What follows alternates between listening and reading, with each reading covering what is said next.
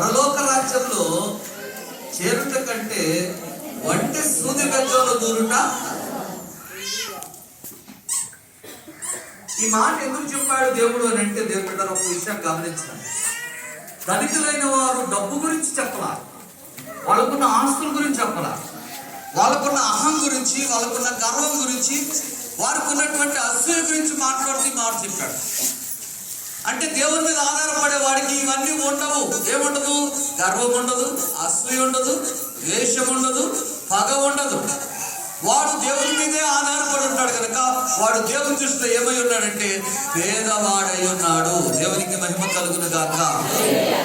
అంటే దేవుని మీద ఆధారపడిన వాళ్ళు ఎలా ఉంటారు, దేవుని మీద ఆధారపడే వారి పరిస్థితి ఏంటి అనేది ఈరోజు మొదటి పట్టణంలో ఇర్మియా భక్తుడు మాట్లాడుతున్నాడు.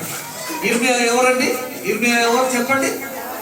ఇర్మియా ఒక ప్రవక్త. ఏ ప్రవక్త? అందరూ చెప్పాలి. ఏ ప్రవక్త అండి? కన్నీటి ప్రవక్త. కన్నీటి ప్రవక్త అయినటువంటి ఇర్మియా ద్వారా దేవుడు పేదలైన వారి గురించి, దేవుని మీద ఆధారపడే వారి గురించి ఒక శ్రేష్టమైనటువంటి సంగతిని బయలుపరుస్తున్నాడు.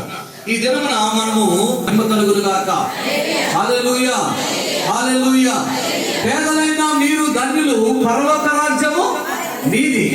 అంటే మీరు దేవుని మీద ఆధారపడ్డారు కనుక, దేవుని సన్నిధిలో యథార్థవంతులుగా ఉన్నారు కనుక, దేవుని సన్నిధిలో న్యాయవంతులుగా ఉన్నారు కనుక పరలోక రాజ్యంలో మీరు చేరబోతున్నారు అని చెబుతూ దేవుని మీద ఆధారపడినటువంటి వాళ్ళు ఎలా ఉంటారో ప్రభు చెప్తున్నాడు. ఇర్మియా గ్రంథం 17వ అధ్యాయము 7వ వచనాన్ని ఒకసారి చూద్దాం. ప్రభువును నమ్ముకున్నవాడు ధన్యుడు, యెహోవా మనకు ఆశ్రయముగా ఉండును. వాడు జలముల యొద్ద నాటబడిన వాడై చెట్టు వలె ఉండును. అది కాలువల యొరను, దాని వేళ్ళు తన్నుకొనును. వెట్ట కలిగినను దానికి భయం లేదు, దాని ఆకులు పచ్చగా ఉండును. ఎవరు చెప్పాలి? యెహోవాను ఆధారపడిన వాడు, ప్రభు నమ్ముకొని ప్రభు మీద ఆధారపడినటువంటి వాడు, ప్రభుని నమ్ముకొని ప్రభు మీద ఆధారపడిన వాడు. అలా చెప్పండి. ప్రభుని నమ్ముకొని ప్రభు మీద ఆధారపడిన వాడు అంటే యెహోవాను నమ్ముకొని యెహోవాను ఆశ్రయించిన వాడు. అర్థమైందా? ప్రభుని నమ్ముకొని ప్రభు మీద ఆధారపడేవాడు ఏటి వంటిన నాటబడిన చెట్టు వంటి వాడై ఉంటాడట.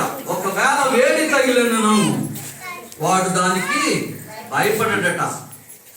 ఆకులు ఎలా అయితే పచ్చగా ఉన్నాయో వాడు కూడా అంత పచ్చగా ఉంటాడట. దేవునికి మహిమ కలుగును గాక.